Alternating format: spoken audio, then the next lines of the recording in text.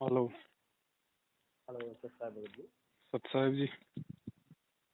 भगत जी रमहेड़ी हमारी ये रमहेड़ी हो रही है। हाँ जी। तो गुरुजी से मैंने अभी ना मतलब मैनेजमेंट की तरफ से कॉल लगवाया। हाँ। तो उन्होंने हमको ये बोला था हम्म। कि मैंने उनसे बोला भगत जी कि जैसे हम 10 साल या 20 साल पहले से खाना खा रहे हैं जिन लोगों का, हम्म। जगत लोगों का, हम्म। तो हम इनको खाना खिला सकते हैं या नहीं खिला सकते। हम्म। तो उन्होंने बोला है कि नहीं खिला सकते आप। हम्म।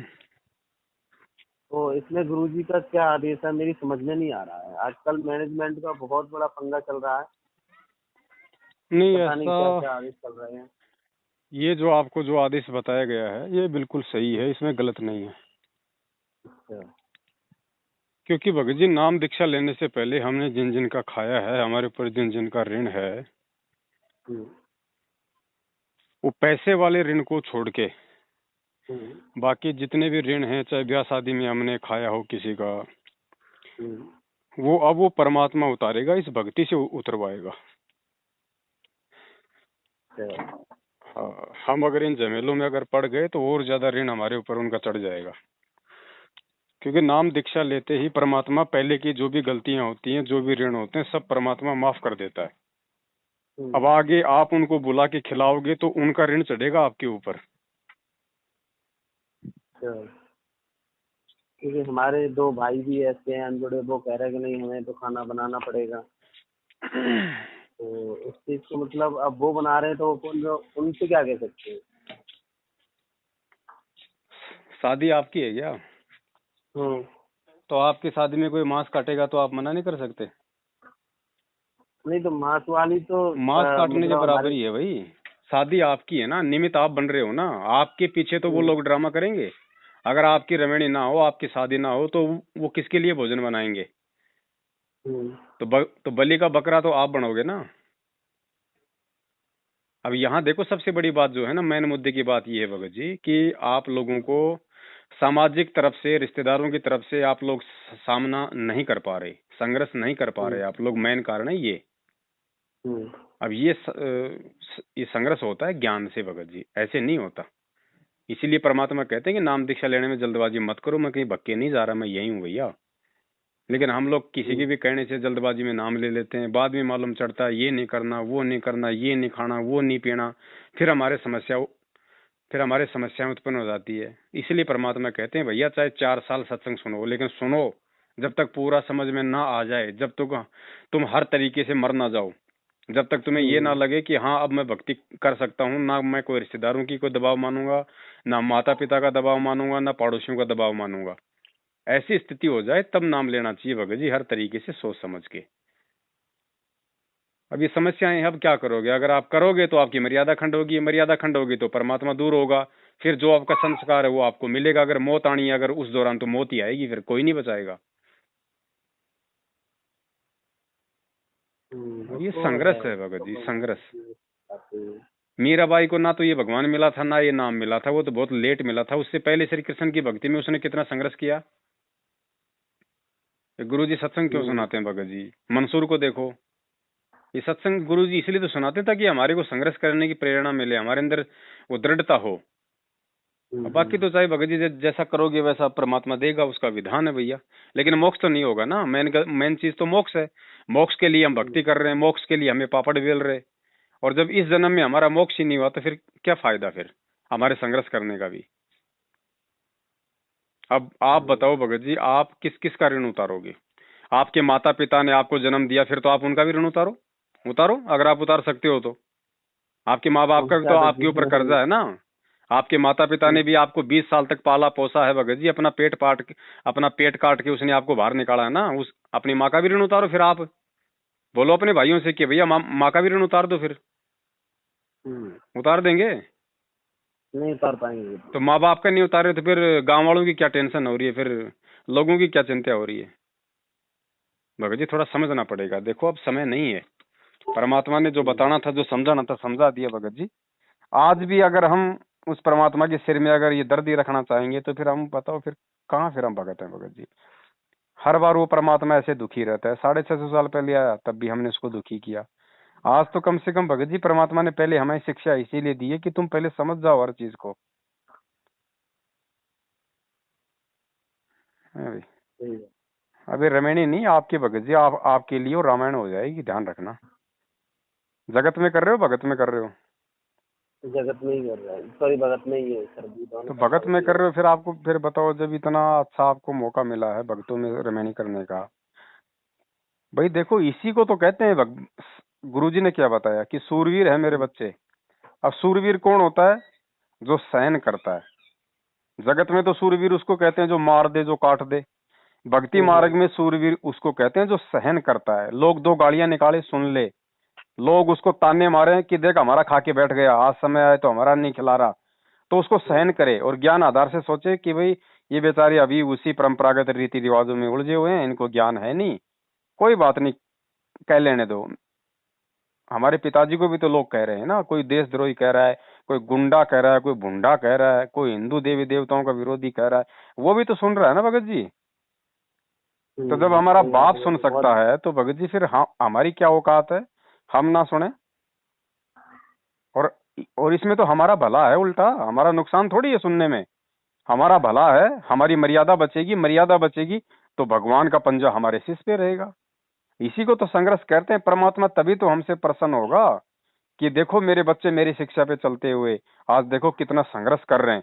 जो संघर्ष कोई नहीं कर सकता था, लेकिन इस ज्ञान से मेरे बच्चे देखो मुझे कितना प्रसन्न कर रहे हैं। लोग दुनिया से जो है मतलब वैर भाव मोल ले रहे हैं मेरे लिए, भगवान के लिए, भक्ति के लिए। तो परमात्मा भगत जी अब यही तो वो मौके आते हैं हमारे जीवन में जिनसे परमात्मा हमारे से जल्दी प्रसन्न होता है। मालिक कहते हैं नुक्ते ऊपर रीजे गारे, करोड़ कर्म जल जाए तुम्हारे। ये नुक्ते तुम्हारे। होते हैं भगत जी, ये परिस्थितियां ना, ये परिस्थितियां जानबूझ के हमारे सामने आएंगी और जब तक हम इन परिस्थितियों को पार नहीं कर देंगे भगत जी ये बार बार आएंगी, क्योंकि ये आपकी कमजोरी है। परमात्मा देख रहा है कि ये इसकी कमजोरी है और जब तक आप इस कमजोरी को अपने स्तर पे पार नहीं कर लोगे, बार बार परमात्मा ये परिस्थितियां आपके सामने लाएगा। पार आपको करना पड़ेगा। देखो बच्चा जब तक 8वीं पास नहीं करता है उसको टीचर कभी भी 9वीं क्लास में नहीं बैठाएगा।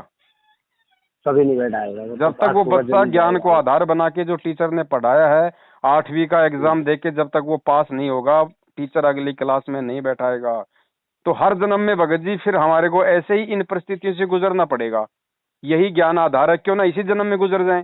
फिर अगर इस जन्म में मान लीजिए हमने लोगों की बातें मान ली, हमने संघर्ष नहीं किया, मर्यादा तोड़ दी, तो इस जन्म में तो पार हम हो नहीं पाएंगे, गारंटेड बात है। इसीलिए परमात्मा ने 1000 साल का समय रखा है कि 1000 वर्ष तक ये मार्ग चलेगा। जो गलतियां आज हम करेंगे फिर परमात्मा फिर अगला जन्म देगा, फिर अगला जन्म देगा। जब तक हमारे अंदर इतनी दृढ़ता नहीं आएगी जितनी परमात्मा चाहते हैं तब तक हमें बार बार जन्म मिलेंगे और हर जन्म में फिर आपके सामने यही समस्या आएगी। शादी, भगत जी शादी कर रहा हूँ, लोगों को खाना खिलाऊं नहीं खिलाऊं, ये आपने अपने बुद्धि स्तर से इस समस्या को पार करना पड़ेगा। चाहे इस जन्म में कर लो, चाहे अगले जन्म में करना, चाहे अगले जन्म में करना। और क्या पता अगला जन्म आपको किसी ऐसे दुखी दीनहीन दारिद्र किसी रोगी परिवार में मिल जाए कि आप भक्ति करने के लायक भी ना बचो। आज कम से कम ठीक ठाक स्थिति में तो हो।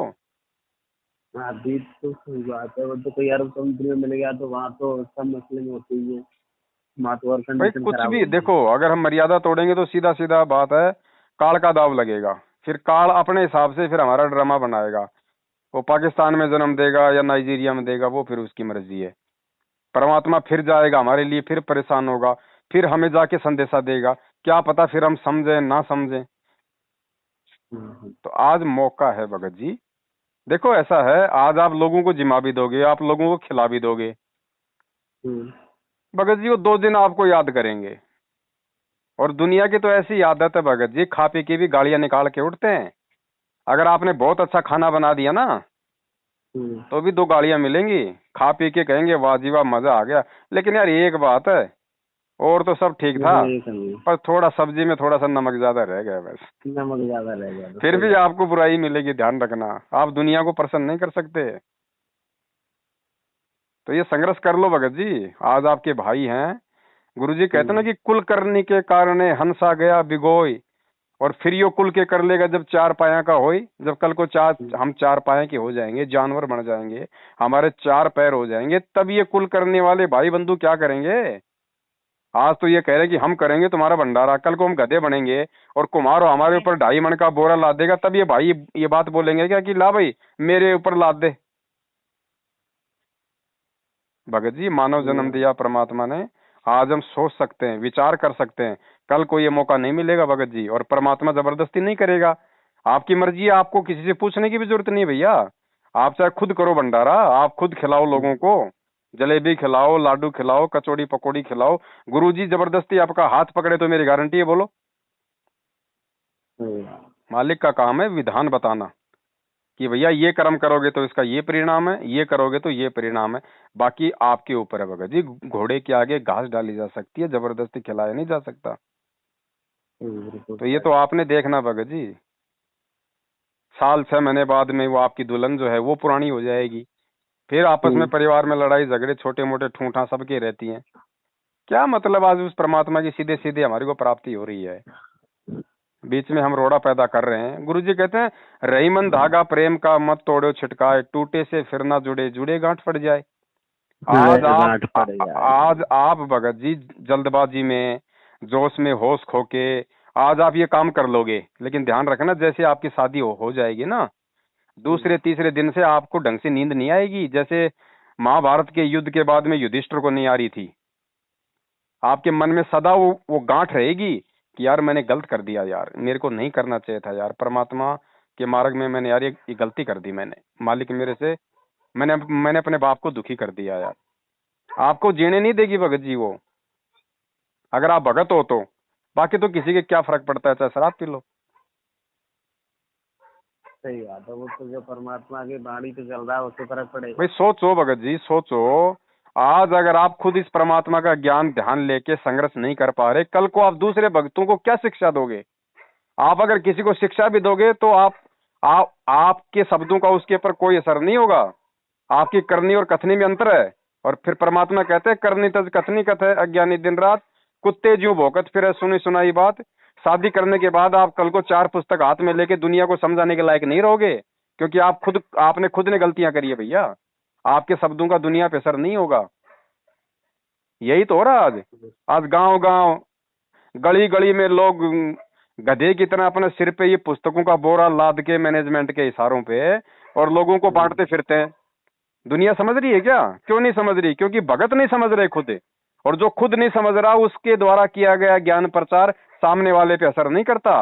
लोग पुस्तकें ले लेके फेंक देते हैं, कोई तो पकौड़ी बेचता है, कोई समोसा बेचता है उनमें, उनके पेज फाड़ फाड़ के। शब्दों का असर उस भगत का होगा जो खुद अपने गुरु के ज्ञान पे चल रहा होगा। फिर उसको पुस्तक बांटने की जरूरत नहीं है। वो 2 बातें अगर मोबाइल पे भी किसी से कर लेगा तो सामने वाले को तीर की तरह लगेंगी। बिल्कुल सही बात है, जिस वाणी में ये सत्य होगा वही लगेगी। लेकिन सत्य भी है ना, तो बड़े भैया, चाहे भगत जी चाहे शादी करो, चाहे घोड़ी पे बैठो, चाहे डीजे बजाओ, चाहे खाना बनाओ, जो मर्जी करो, कोई दिक्कत नहीं है। परमात्मा किसी को मना नहीं करेगा और ना किसी को जबरदस्ती उसने मना किया। लेकिन विधान परमात्मा का अगर आपको ध्यान हो तो फिर आगे भगत जी सावधान रहना फिर, क्योंकि जब समस्या आएगी तो फिर आप उस भगवान को पुकारोगे। अब वो भगवान कह देगा बेटा जब मेरे से तेरे को काम पड़ा था उस समय तो तू पीछे हट गया था, हैं? उस समय तो तूने जरा भी नहीं सोचा कि भाई गुरुजी के ऊपर क्या बीतेगी। वो अंतर्यामी परमात्मा है, वो तो जेल में बैठा है तो भी उसको सारी बातों का पता कि मैं क्या कर रहा हूँ, मैं क्या नहीं कर रहा, मैं क्या सोच रहा हूँ, मैं क्या नहीं सोच रहा। तो आपने पहले अपने बाप को दुखी किया है, और जब आप पे दुख आएगा तो आप कौन से मुंह से अपने बाप से प्रार्थना करोगे कि मुझे लाभ दो, मुझे इस समस्या से बाहर निकालो?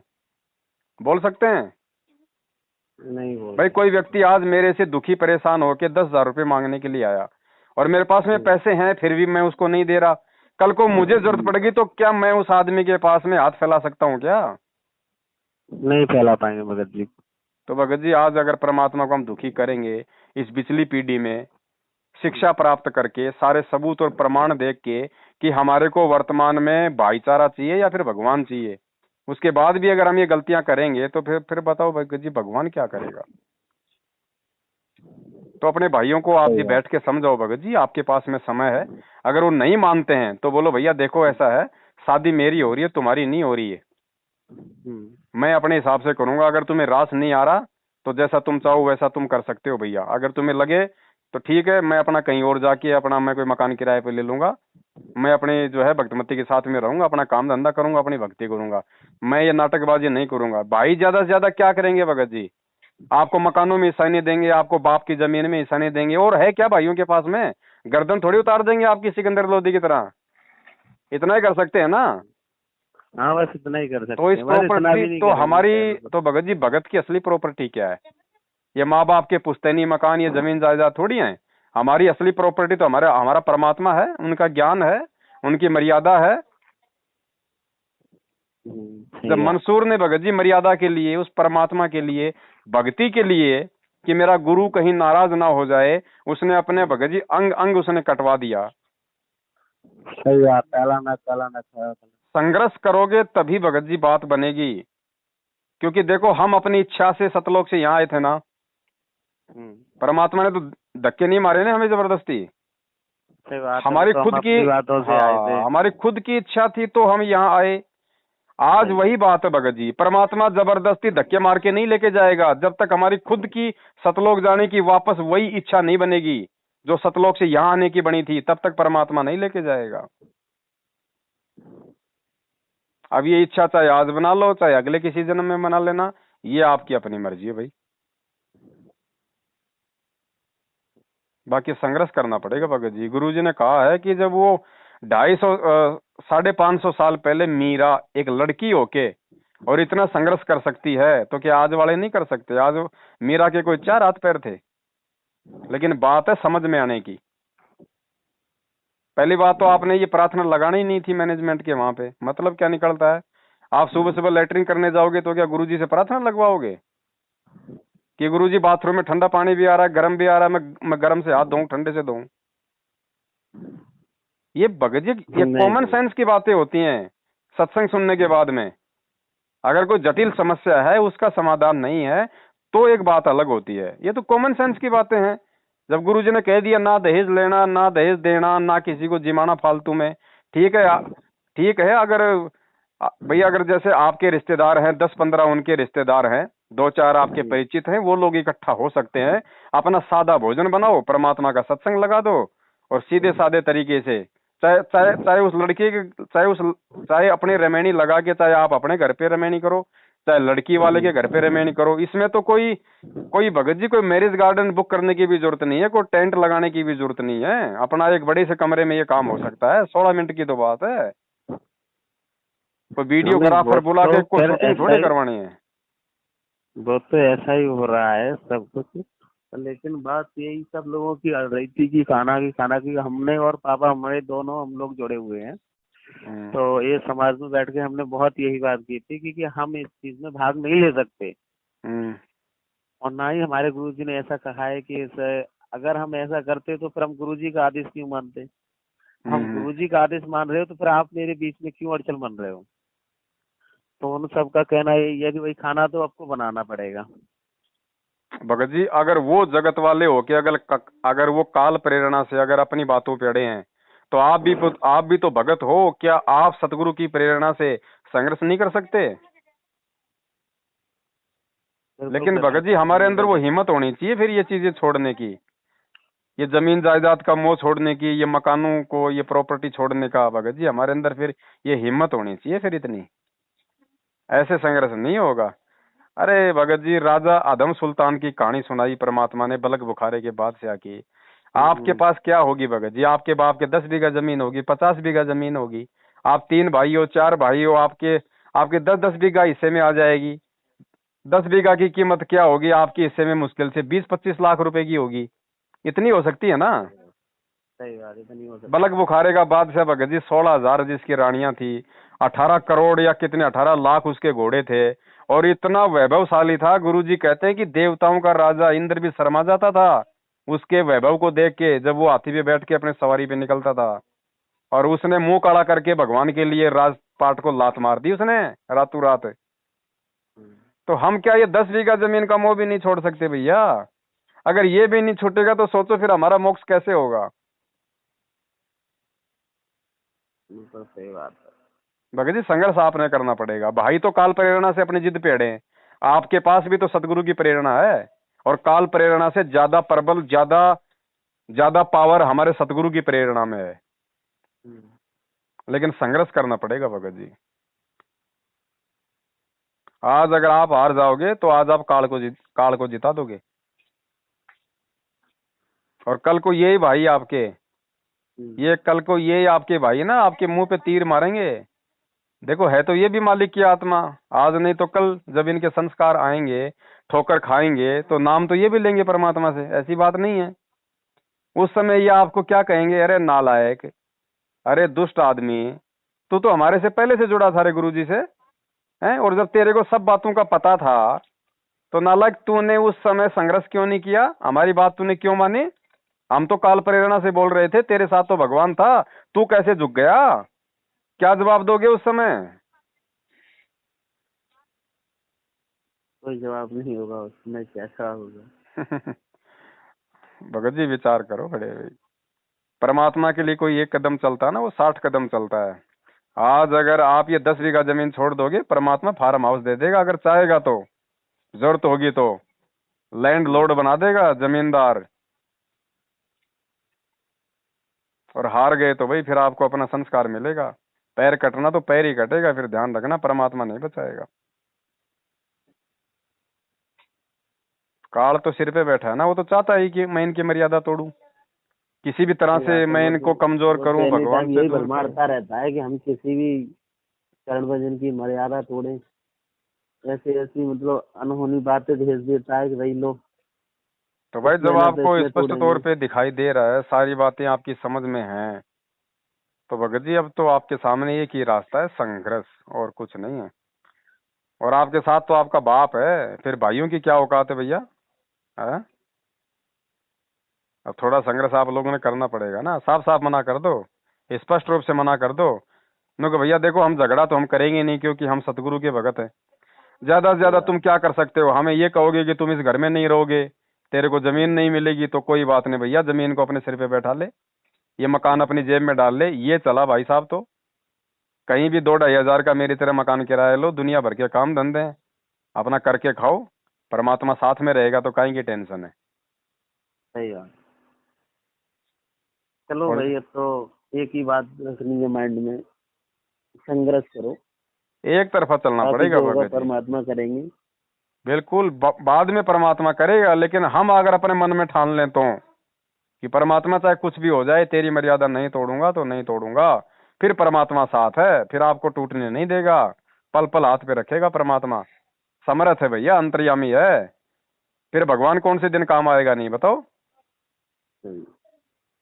और आज टूट गए तो भगत जी फिर हर बार आपको तोड़ेंगे लोग, हर बार बात बात पे तोड़ेंगे, फिर एक ही नहीं, फिर आपकी सैकड़ों मर्यादा आपकी खंडित करवाएंगे, ध्यान रखना। तो निर्णय कर लो बड़े भाई, परमात्मा को दंडवत प्रार्थना करो, मालिक ही कोई रास्ता दिखाएगा आपको। वैसे मालिक ने तो रास्ता तो दिखा ही रखा है, बाकी हिम्मत मांगो परमात्मा से, शक्ति मांगो, आत्मबल मांगो भगत जी, परमात्मा जरूर दया करता है, लेकिन आपकी भी इच्छा होनी चाहिए ना। हमारी इच्छा तो बहुत सारी थी, इस चीज को तो मैं कम से कम आया, मुझे आज 15 दिन हो गए, मैं दुबई में रहता हूँ, तो सब लोगों से यही बात के बारे में बोल रहा था कि भगत जी हम सब लोग खाना नहीं बना पाएंगे, हमारी रमेडी हो हाँ, तो दुबई में रहते हो ना, दुबई से आए हो क्या। हाँ हाँ। कितने पैसे लाए हो। दुबई से तो लगभग पता नहीं, कम से कम 10 लाख रुपए ट्रांसफर किया होगा मैंने। नहीं नहीं, अभी आपके हाथ में कितना है। अभी मेरे हाथ में तो कोई होगा 10-15 हजार रुपए। बाकी किसको दे दिए। बाकी घर में ही दे दिए थे मैंने पहले। अब देख लो, जिनको आपने 10 लाख रुपए दुबई से कमा कमा के गधे की तरह भेजे, आज वो भाई आपके हैं क्या। किसको दिए फिर आपने पैसे, बताओ। दिए तो घर पे ही दे भाई साहब को। तो बताओ फिर, आज आपके भाई कहाँ हैं वो, आपके पैसे भी खा गए और आज आपकी बात नहीं मान रहे, जबकि आप तो उल्टा उनका मतलब आप उनका भला कर रहे हो। आप तो फालतू का जो 1-2 लाख रुपया बर्बाद होना है, अरे लोग तो अपने घर पे भी खा लेंगे एक टाइम, वो कौन सा आपका एक टाइम खा के कौन सा उनकी 1 साल की भूख शांत हो जाएगी? दुनिया खा रही है ना अपने घर पे। और चाहे कितना अच्छा कर दो भैया, 4 दिन लोग याद रखते हैं। अब आप सही खुद बात। खुद निर्णय करो, आपके भाई आपके कहाँ हुए? भाई तो वो होता है जो भाई के सुख दुख में खड़ा होता है। अब ये तो आपको बर्बाद करने पे तुले हुए हैं। भगत जी हमारा परमात्मा है और कोई नहीं है, ध्यान रखना। बिल्कुल सही बात है सर, परमात्मा बिल्कुल कहते हैं ना सही। कि भाई ससुरा, मालिक ने जो एक शब्द है गुरु जी का, ये सब काल है। ससुरा भी काल है, माँ भी काल है, बाप भी काल है। अगर वो भगत नहीं है तो, अगर वो मर्यादाओं में नहीं है तो फिर आपके लिए वो काल है। तो आज आपके दोनों भाई आपके लिए काल साबित हो रहे हैं। बिल्कुल बेटा सही बाप बात। और भाई, ये मात पिता कुलदाई। कोई काका कहना बोले, कोई ताऊ से हो जा ओले, ये मालिक का शब्द है ना। हम्म। कोई फूफस ननदोई। भाई ये ध्यान रखो भगत जी इन बातों का। ये बड़ी मुश्किल से भगवान मिला है, हाथ से छूट गया भगत जी, मलते रह जाओगे फिर। सिवाय पछताने के कुछ हाथ नहीं लगेगा। अर्जुन सर्जुन ने तो छोटी सी गलती करी थी, 250 साल तक मानव शरीर में कष्ट भोगने पड़े थे। अब भी यही धक्के खा रहे हैं। क्योंकि गरीबदास जी महाराज किसी को पार करने नहीं आए थे, वो खाली अपना ग्रंथ लिखने आए थे। पार करने तो आ जाए परमात्मा साक्षात धरती पे, आ जाएंगे वो अर्जुन सर्जुन भी भैया। बिल्कुल सही बात है। बाकी आपकी अपनी इच्छा, आपकी अपनी मर्जी। दास का काम तो भैया जैसी सलाह मांगोगे वो मालिक के ज्ञान आधार से बताने की सेवा है। मानना न मानना आपके अपने ऊपर है। ठीक है जी, भंडारा कर ले हम। बस बस करो भगत जी, सत्ता है। सत साई।